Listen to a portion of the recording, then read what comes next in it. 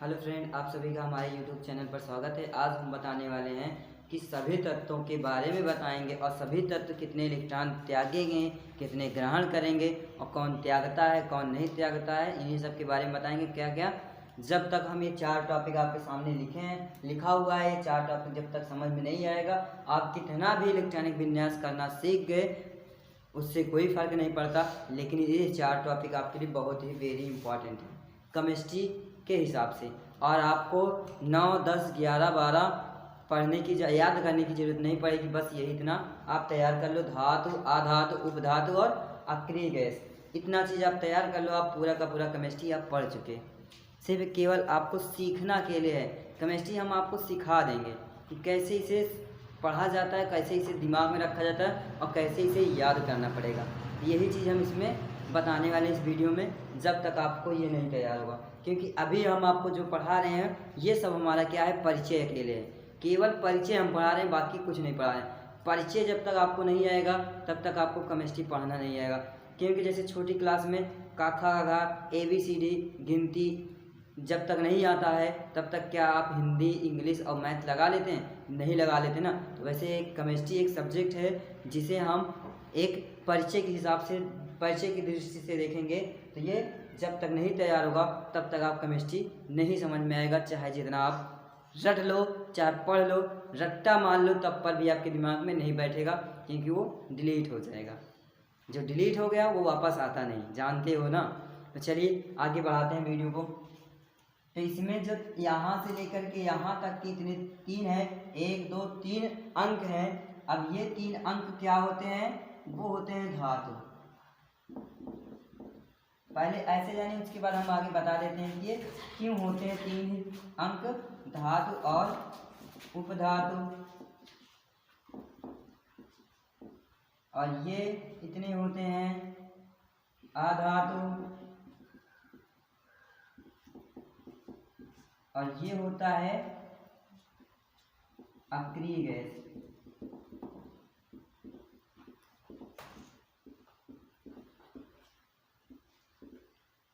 तो यही चीज़ इतना है। जब तक इतना आप नहीं जानोगे तब तक आपको नहीं समझ में आएगा।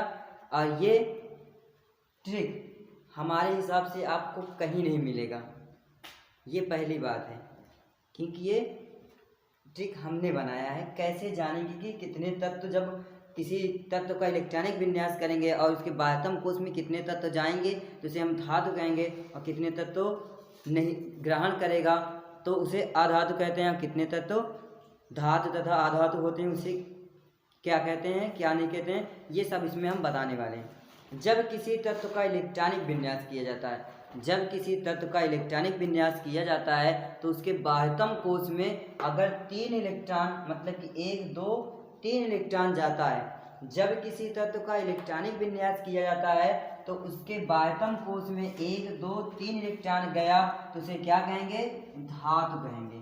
यही आपका पहचान है। जब किसी तत्व का इलेक्ट्रॉनिक विन्यास किया जाता है तो उसके बाह्यतम कोश में कितने इलेक्ट्रॉन होने चाहिए? 1 या 2 या 3, इतने होगा तो वो क्या होगा? धातु कहलाएगा।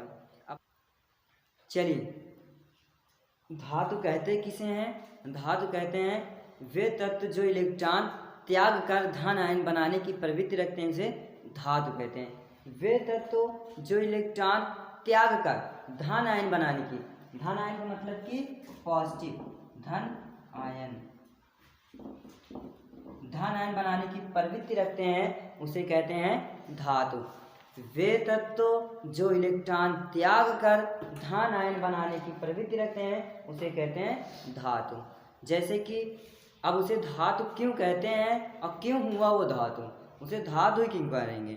क्योंकि वो उसके अंदर त्यागने की क्षमता है। उसके अंदर क्या है? त्यागने की क्षमता है, तो वो त्याग रहा है। क्योंकि इसमें इसे कम एनर्जी पाने पर ये त्याग देगा, ये कम एनर्जी पाने पर ये त्याग देगा, क्योंकि इसके अंदर त्यागने की क्षमता है। जैसे कि कोई धनी व्यक्ति है या वो धनी व्यक्ति है, वो दान दे रहा है पैसा, या कोई धन दान दे रहा है, तो वो धनी है तभी तो त्याग कर रहा है, त्याग तभी तो करेगा। तो वैसे ये क्या है? इसके अंदर त्यागने की क्षमता है, तो ये त्यागेगा तो इसे क्या कहेंगे? धातु कहेंगे। वे तत्व जो इलेक्ट्रॉन त्याग करके धन आयन बनाने की प्रवृत्ति रखते हैं उसे धातु कहते हैं। और कब त्यागेगा? जब उसके बाह्यतम कोश में 1 इलेक्ट्रॉन, 2 इलेक्ट्रॉन या 3 इलेक्ट्रॉन होगा। जब उसके बाह्यतम कोश में 1 इलेक्ट्रॉन, 2 इलेक्ट्रॉन, 3 इलेक्ट्रॉन होगा तब वो त्यागेगा। अब चलते हैं आधातु पे। आधातु किसे कहते हैं? जब उसके बाह्यतम कोश में 5, 6, 7 होगा। जब उसके बाह्यतम कोश में 5, 6, 7 होगा तो उसे कहते हैं आधातु। आधातु की परिभाषा क्या होती है? वे तत्व जो इलेक्ट्रॉन ग्रहण करके ऋण आयन बनाने की प्रवृत्ति रखते हैं उसे आधातु कहते हैं। क्या? ऋण आयन। ऋण आयन बनाने की प्रवृत्ति रखते हैं तो उसे कहते हैं क्या? आधातु। अब क्यों इसे आधातु कहते हैं? देखिए 5 में कितने इलेक्ट्रॉन की कमी है कि वो अपना अष्टक पूरा कर ले, क्योंकि लास्ट में जो है 8 है, 8 है ना, तो 8 पूरा करने के लिए 5 में कितने इलेक्ट्रॉन से लेना पड़ेगा कि वो अपना अष्टक पूरा कर ले। तो अपना अष्टक पूरा करने के लिए 5 इलेक्ट्रॉन त्यागेगा नहीं, बल्कि 3 इलेक्ट्रॉन क्या करेगा? ग्रहण करेगा, क्योंकि 5 अधिक है और 3 क्या है? कम है। जब 3 कम है तो क्या करेगा? 3 इलेक्ट्रॉन ग्रहण करेगा। और 5 क्या है? अधिक है। अधिक है तो ये त्यागेगा नहीं, बल्कि 3 इलेक्ट्रॉन आसानी से बहुत ही कम एनर्जी के साथ ये 3 इलेक्ट्रॉन ग्रहण कर लेगा। जब 3 इलेक्ट्रॉन ग्रहण कर लेगा तो क्या बन जाएगा? आधातु। तो जो ग्रहण करता है मतलब कि जो लेता है वो क्या होता है? उसे ऋण आयन हो जाता है।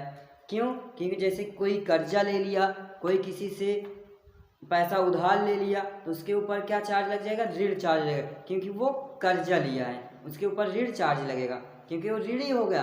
किसके प्रति? धनी के प्रति वो क्या होगा? ऋणी हो गया। कितने का? 3 का। ये 5 कितने का ऋणी हो रहा है? 3 इलेक्ट्रॉन का। तो ये 3 इलेक्ट्रॉन क्या करेगा? ग्रहण करेगा, तो क्या कहलाएगा? आधातु। क्या? वे तत्व जो इलेक्ट्रॉन ग्रहण करके ऋण आयन बनाने की प्रवृत्ति रखता है उसे आधातु कहते हैं। जिसमें धातु और आधातु के गुण पाए जाते हैं उसे उपधातु कहते हैं। कैसे इसे उपधातु कहते हैं ये भी जान लीजिए। इस पूरे फंक्शन में 4 को कितने इलेक्ट्रॉन देंगे तो अपना अष्टक पूरा कर लेगा? 4 इलेक्ट्रॉन देंगे तभी तो अष्टक पूरा करेगा, क्योंकि 4 में हम 4 दे दे तो वो अष्टक पूरा हो गया, और 4 त्याग देगा तब पर भी उसका अष्टक पूरा हो जाएगा। 4 वो त्यागेगा तब पर भी उसका अष्टक पूरा होगा, और 4 वो ग्रहण करेगा तब पर भी उसका अष्टक पूरा होगा, क्योंकि जब इसे ये 4 इलेक्ट्रॉन लेगा तो वो आधातु का गुण प्रदर्शित करेगा, और 4 इलेक्ट्रॉन जब त्यागेगा तो वो धातु का गुण प्रदर्शित करेगा। मतलब क्या हो गया उपधातु? जिस तत्व में धातु तथा आधातु के गुण पाए जाते हैं उसे क्या कहते हैं? उपधातु कहते हैं। ठीक। अब देखिए अक्रिय गैस किसे कहते हैं?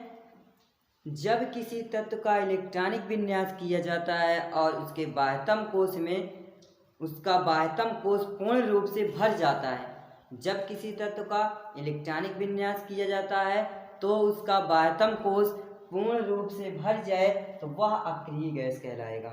क्या कहलाएगा? अक्रिय गैस कहलाएगा। जब उसका बाह्यतम कोश पूर्ण रूप से भर जाएगा तो वो अक्रिय गैस कहलाएगा। जैसे कि ये 8 पूरा भर गया।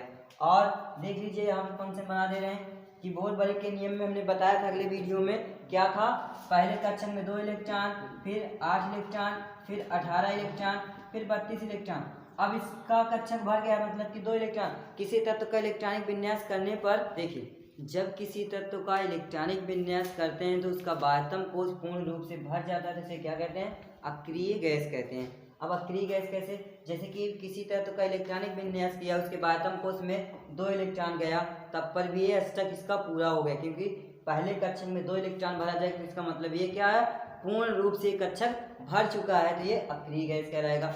जब किसी तत्व का और आगे चलते हैं तो इलेक्ट्रॉनिक विन्यास करते हैं, उसके बाह्यतम कोश में 8 इलेक्ट्रॉन गया तो इसका भी अष्टक पूर्ण रूप से भर गया तो ये अक्रिय गैस कहलाएगा। 18 भर गया तब पर भी अक्रिय गैस कहलाएगा। 32 भर गया तब पर भी अक्रिय गैस कहलाएगा। जब किसी तत्व का इलेक्ट्रॉनिक विन्यास किया जाता है तो उसके बाह्यतम कोश में उसका बाह्यतम कोश पूर्ण रूप से भर जाए तो वो क्या कहलाएगा? अक्रिय गैस कहलाएगा। अब इसी के साथ हमारा वीडियो होता है ख़त्म। अगर आपको हमारी वीडियो पसंद आई हो तो लाइक करिए, सब्सक्राइब करिए और अपने फ्रेंडों में सेंड करिए। ये इतना।